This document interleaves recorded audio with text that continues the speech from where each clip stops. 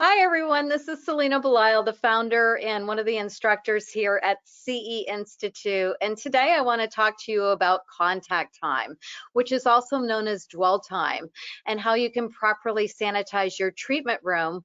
Because right now we are dealing with a COVID pandemic. I'm recording this on January 1st, 2022.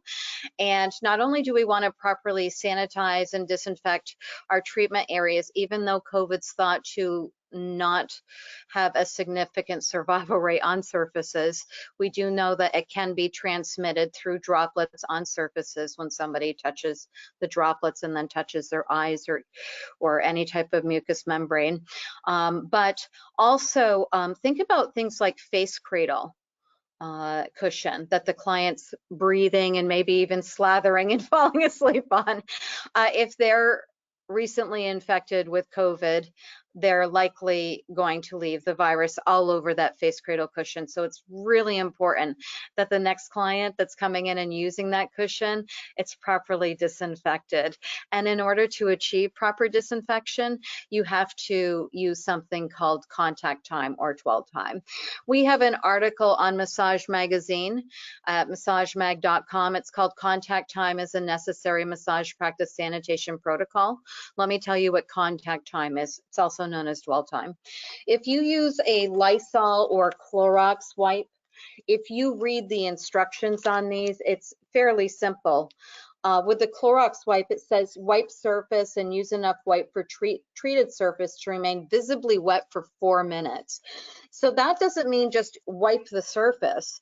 You need to make sure that the surface appears wet and stays wet for 4 minutes. That 4 minutes of staying wet when this disinfectant is called contact time. You need, whether it's a surface or object being disinfected, you need it to remain wet with the solution that is in these wipes for 4 minutes in order to achieve that 99.9% of killing bacteria and viruses. Now in the Lysol wipe, which looks identical to the Clorox wipe, right? They're similar packages.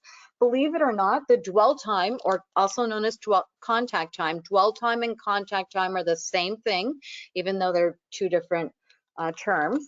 The dwell time or contact time with these Lysol wipes is 10 minutes. Okay, so different contact times will be different between manufacturers, and even the amount of time that you would have for contact time with a Clorox wipe versus straight Clorox bleach versus diluted Clorox bleach and water. All of those contact times and instructions and uses are going to be different. So it's really important when you're trying to achieve disinfection that you read the disinfectant product manufacturer's instructions and follow the contact time. I want to give you two more examples of contact time before we move on, and I give you some hints on how you can properly execute this, especially if you're booked back to back. So here's some disinfectant sprays that are similar to Lysol, right? They're kind of like the generic knockoffs of a Lysol disinfectant spray. This one right here requires 10 minutes of contact time. So you need to spray the surface and keep that surface visibly wet for 10 minutes before you can achieve killing 99.9% of germs. Germs can include bacteria, viruses, parasites, protozoa, molds, and so forth. So germs is just about everything under the umbrella that can harm us. You want to apply the solution. If it becomes dry, continue applying the solution. Let the surface remain wet for 10 minutes in order to achieve that 99.9% of disinfection. This, which is another disinfectant spray, this kills germs in 20 seconds. I don't know what's in this, and I don't even know if I believe the label, because I know that true Lysol spray does not kill 99% of germs in 20 seconds. So this seems to be very potent. Be careful with its use when you find something this potent. Of course, this is great to use when you have those 10-minute back-to-back, booked on the hour, 50-minute hours every hour. If you have to do a quick turnover using disinfectant sprays that have a 20-second kill time, contact time, that this is the way to go, right? And I'm not recommending one product over the other. I just want to point out that these contact times, sometimes they can be quite long. I've showed you 4 products that range between a 20-second contact time all the way to a 10-minute contact time. And if you don't follow that contact time, if you don't allow the surface to remain wet with a disinfectant for its contact time, then you're likely not achieving very much disinfection or killing very many germs. Now, in this article that we wrote at Massage Magazine, there is a little explanation here of cleaning, disinfecting, and sanitizing. A big part of disinfection is cleaning first. Usually the instructions on disinfectants will tell you to clean the surface or object first with soap or water, because if there's dirt and physical impurities on the surface or object, the disinfectant will not work.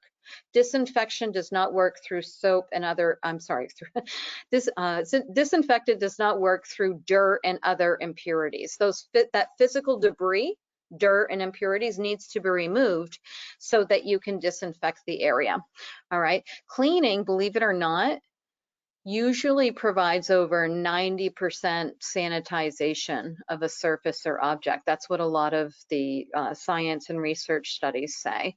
So that is, if you clean really well with soap and water and then rinse the soap and water with that debris, the dirt and so forth, you've usually removed about 90+% of dirt, impurities, and virus, bacteria, mold, and so forth. But if you want to achieve higher than around 90% of sanitation, if you want of sanitation, then you would clean an area or surface or object or whatever you're trying to sanitize. You're going to clean it first, and then you're going to apply your disinfectant next. And the disinfectant, of course, has to remain wet for a certain period of contact time for it to be effective. These 3 words, cleaning, disinfecting, and sanitizing, are often used interchangeably. They shouldn't be. They're very different. Okay. Sanitization is simply lowering the number of germs on a surface or object. So when you sanitize, that could be cleaning, it could be disinfecting, or it could be both. Sanitization is simply lowering the number of germs. Now, in this article that we wrote in Massage Magazine, we gave you different dwell times, also known as contact times, for using wipes, sprays, and soaks, just some general instructions and information for there.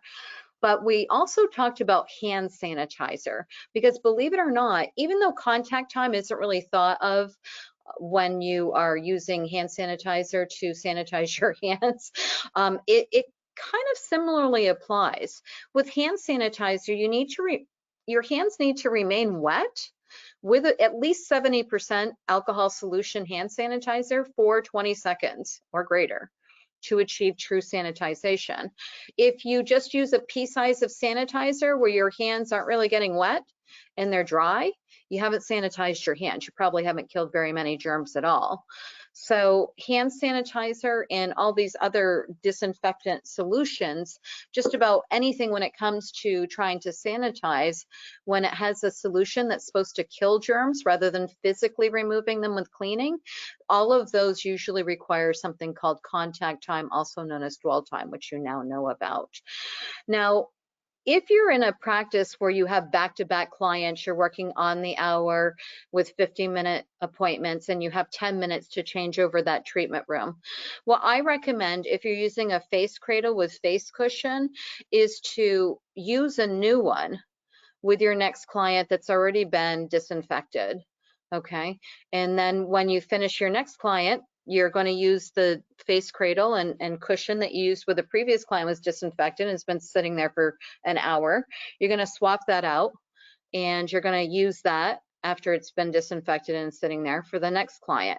You'll disinfect the one that you've already used and you'll make sure it remains wet for its contact time. And you can keep on swapping back and forth with high use equipment that's being exposed to a possible high viral count, especially in the COVID pandemic when somebody's breathing or sleeping or slathering all over your face cradle.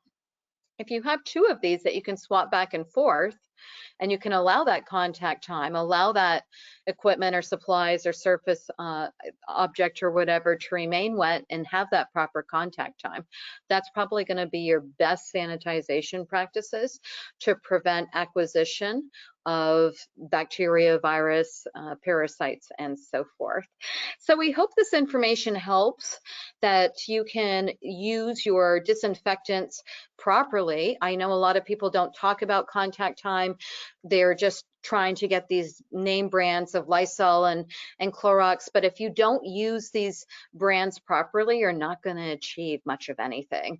Make sure that you read the instruction labels that allowed these manufacturers to advertise that they can kill 99.9% of germs. And once you read the instructions, you'll know how to properly use it, and make sure you're observing your contact or dwell time, or else you won't have any disinfection that will be appropriate for professional use, right? So again, my name is Selena Belisle. I'm here at CE Institute. We teach a lot of CE classes. We would love to see you in one of our live trainings, either online or in person. Please make sure when you're practicing, especially in today's pandemic and in times of COVID, that you are properly sanitizing your treatment rooms, your hands, anything you come in contact with, to help prevent acquisition or transmission of disease. And we hope to see you in another training. Until then, everybody, be safe.